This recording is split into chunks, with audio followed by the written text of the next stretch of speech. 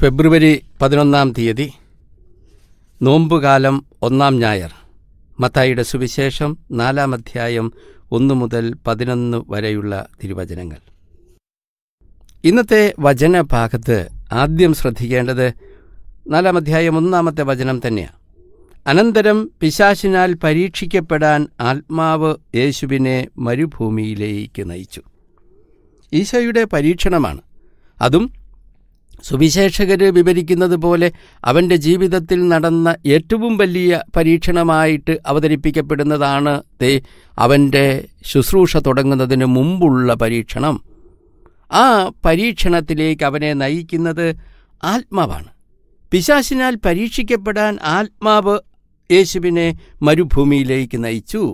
ഈശോയെ പരീക്ഷിക്കപ്പെടാനായിട്ട് മരുഭൂമിയിലേക്ക് നയിക്കുന്നത് ഏതാത്മാവാണ്?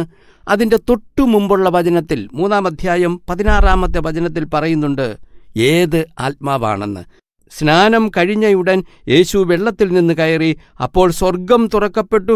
ദൈവാത്മാവ് പ്രാവിനെ പോലെ അവൻ്റെ മേൽ ഇറങ്ങി വരുന്നത് കണ്ടു. ദൈവാത്മാവാണ് അവൻ്റെ മേൽ ഇറങ്ങി വരുന്നത്.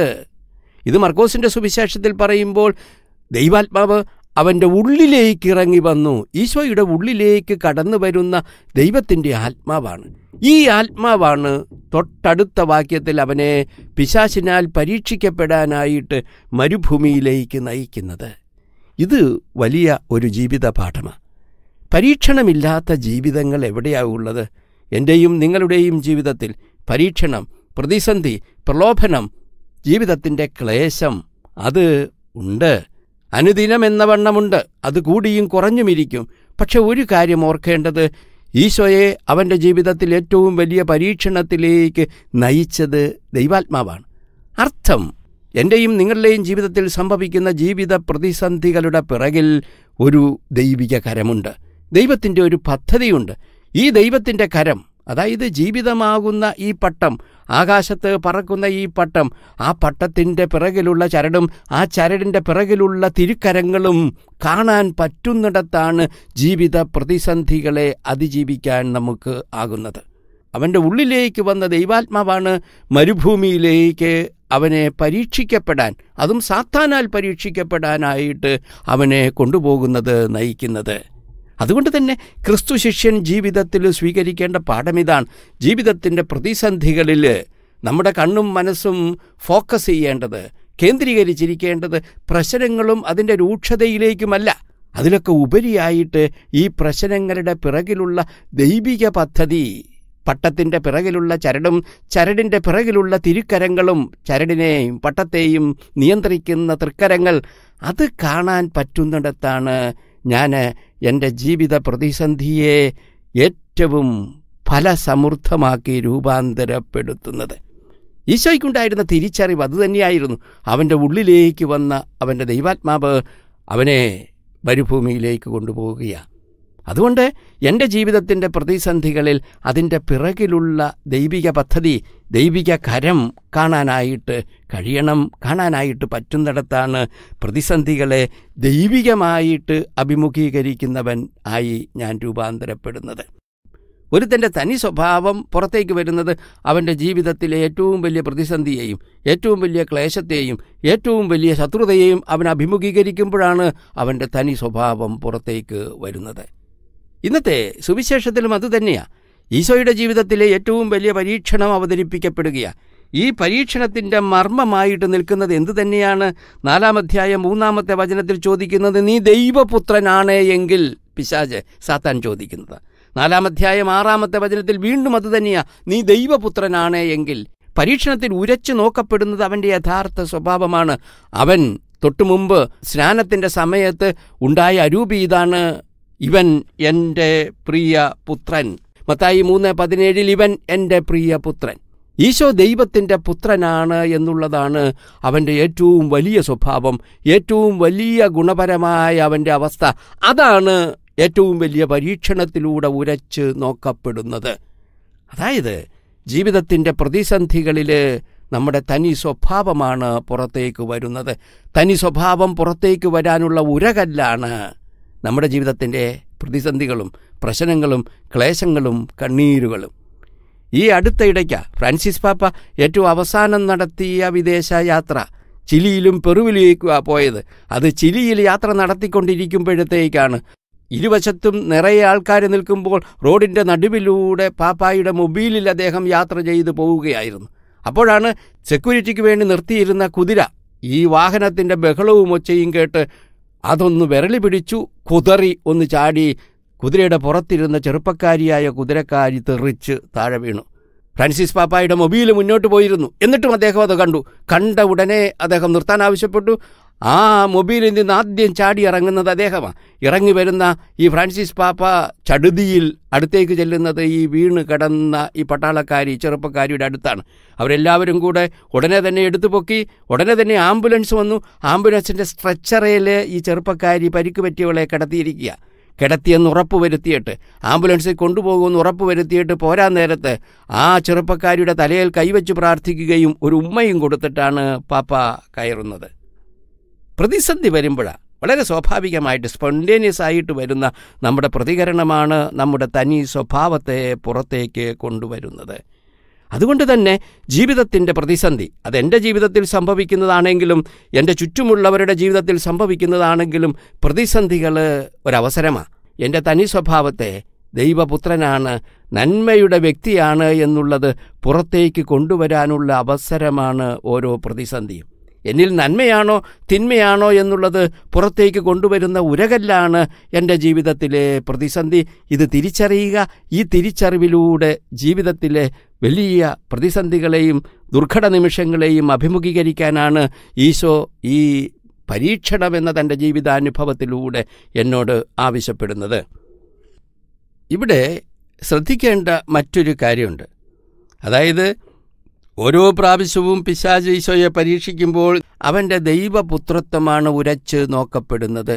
അങ്ങനെ പരീക്ഷണത്തിൻ്റെ നടുവിൽ നിൽക്കുമ്പോൾ, സാത്താൻ്റെ പരീക്ഷണത്തിൻ്റെ നടുവിൽ നിൽക്കുമ്പോൾ, 40 ദിവസത്തെ ഉപവാസത്തിൻ്റെ നടുവിൽ നിൽക്കുമ്പോൾ, മരുഭൂമിയിൽ നിൽക്കുമ്പോൾ, ഈശോ പരീക്ഷണത്തിൻ്റെ നടുവിൽ നിൽക്കുമ്പോൾ ആശ്രയിക്കുന്നത് എന്തിനെയൊക്കെയാണ് എന്ന് ശ്രദ്ധിക്കണം. 4-ാമത്തെ തിരുവചനത്തിൽ നീ ദൈവപുത്രനാണ് എങ്കിൽ കല്ല് അപ്പമാകാൻ പറയുമ്പോൾ ഈശോയുടെ പ്രതികരണമാണ്. അവൻ പറഞ്ഞു, മനുഷ്യൻ അപ്പം കൊണ്ട് മാത്രമല്ല ദൈവത്തിൻ്റെ വായിൽ നിന്നും പുറപ്പെടുന്ന ഓരോ വാക്കുകൊണ്ടുമാണ് ജീവിക്കുന്നത്.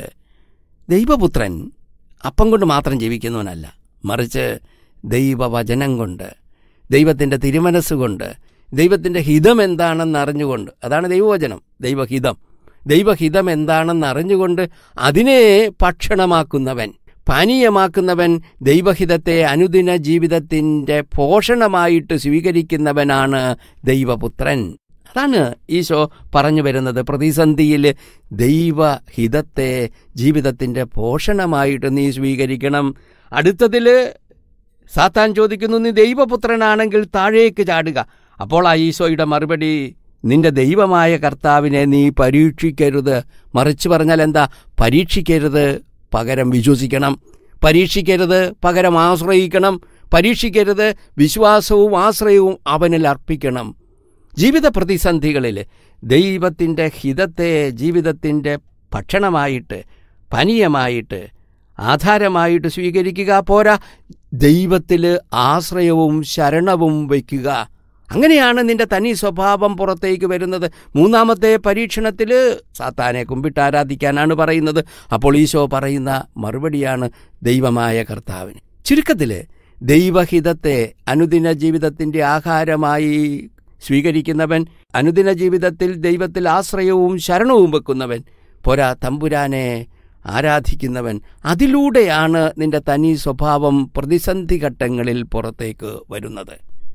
അത് ഓരോ പ്രതിസന്ധി ഘട്ടത്തെയും നിന്റെ തനി സ്വഭാവമായ ദൈവപുത്രത്വം, നീ ദൈവത്തിൻ്റെ മകനാണ്, ദൈവത്തിൻ്റെ മകളാണ് എന്ന ആ വലിയ അവസ്ഥയിലേക്ക് തിരിയാനും അതിനെ വളർത്താനും അതിൽ വലുതാകാനും വളർന്നു കയറാനുമുള്ള അവസരമാണ് എന്ന് തിരിച്ചറിയുക. ഈശോയുടെ പരീക്ഷണം ഇന്ന് എന്നോട് പറഞ്ഞു തരുന്നത് അതാണ്.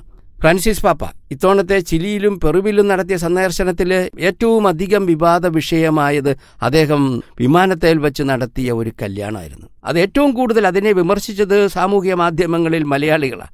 ലോകത്തിൽ ഏറ്റവും കൂടുതൽ വിമർശനങ്ങൾ നടത്തുന്ന ആരാന്ന് ചോദിച്ചാൽ കണ്ണുടച്ച് നമുക്ക് പറയാൻ പറ്റും, മലയാളികളാണ്. നമ്മുടെ സ്വഭാവത്തിലും നമ്മുടെ രക്തത്തിലും നമ്മുടെ അനുദിന ജീവിതത്തിലും മുന്തി നിൽക്കുന്ന പ്രത്യേക സ്വഭാവം എന്താണ്? വിമർശിക്കുക, രാവിലെ മുതൽ വൈകുന്നേരം വരെ വിമർശിക്കുക. അതുകൊണ്ട് തന്നെ ഫ്രാൻസിസ് പാപ്പായ്ക്ക് ഏറ്റവും അധികം വിമർശനം കിട്ടിയത് മലയാളികളുടെ കയ്യിൽ നിന്നായിരിക്കും. ഭാഷ മനസ്സിലാകാത്തത് കൊണ്ട് അതെല്ലാവരും അറിയുന്നില്ല എന്നുള്ളതേ ഉള്ളൂ. ഏത് പ്ലെയിനിൽ വെച്ച്, വിമാനത്തിൽ വെച്ച് ആ വിമാനത്തിൻ്റെ ജോലിക്കാരായ കാർലോസും പൗളയും അവരെ ഇദ്ദേഹം കല്യാണം കെട്ടിച്ചു. എന്നിട്ട് ചോദ്യം വരുന്നത് എന്താണ്? ഇങ്ങനെ പോയി കഴിഞ്ഞാൽ ഇനി അച്ഛന്മാർ എവിടെയൊക്കെ വെച്ച് കല്യാണവും കൂതാശയും നടത്തും? ബീച്ചിൽ വെച്ച് നടത്തിയെന്നിരിക്കും, പിന്നെ ബാറിൽ വെച്ച് നടത്തിയെന്നിരിക്കും. അങ്ങനെ പലയിടത്ത് വെച്ച് നടത്താനുള്ള ദുർമാതൃകയല്ലേ ഇതേ എന്നായിരുന്നു ചോദ്യം.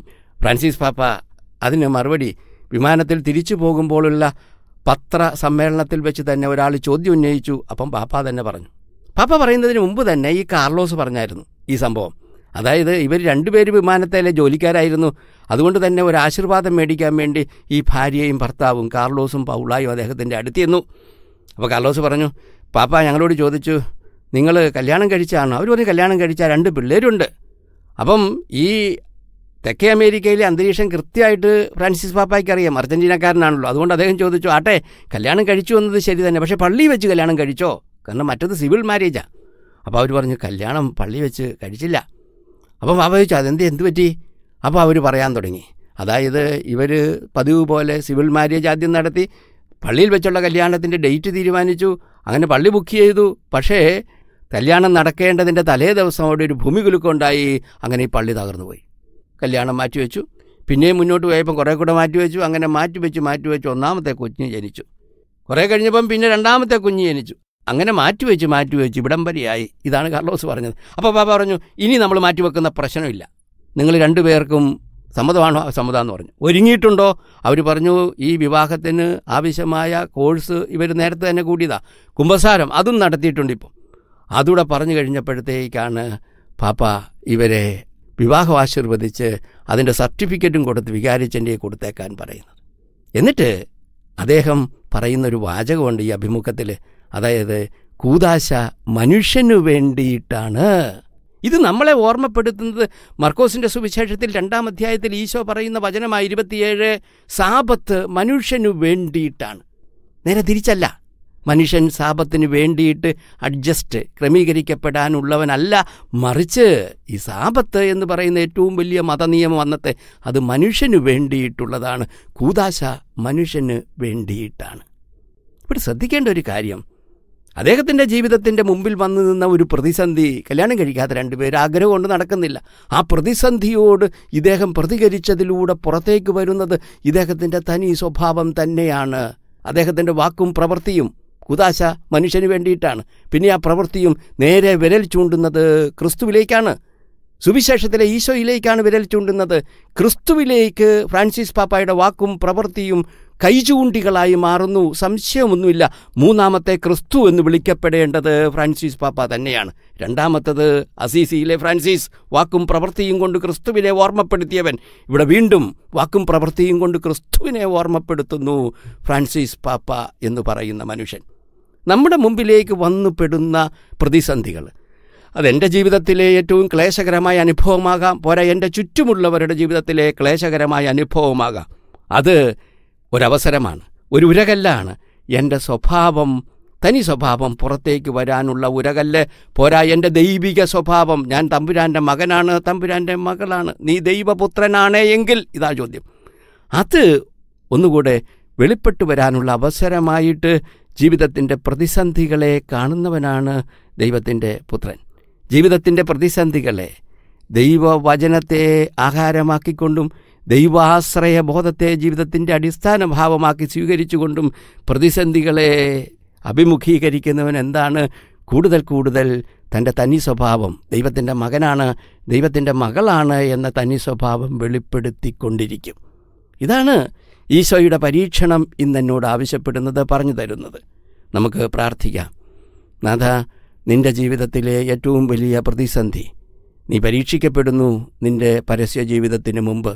അതും നിൻ്റെ സ്വഭാവം തന്നെ പരീക്ഷണത്തിന് വിഷയമാകുന്നു. നീ ദൈവപുത്രനാണോ? ദൈവപുത്രനാണോ?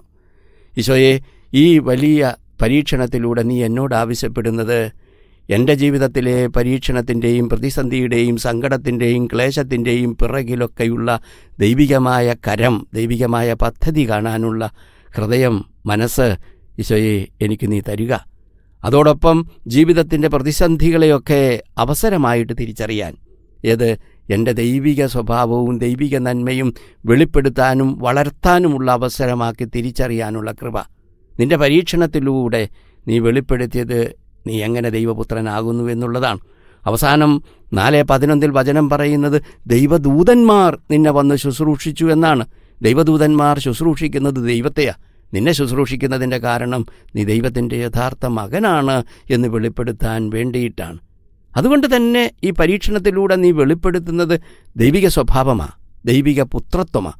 ഈശോയെ, പരീക്ഷണങ്ങളെയൊക്കെ എൻ്റെ ദൈവിക സ്വഭാവം വെളിപ്പെടുത്താനുള്ള അവസരമായി കാണാനും ആ ദൈവിക സ്വഭാവത്തിൽ വളരാനുള്ള സന്ദർഭങ്ങളാക്കി അതിനെ രൂപാന്തരപ്പെടുത്താനുമുള്ള കൃപ ഈശോയെ എനിക്ക് നീ തരണമേ.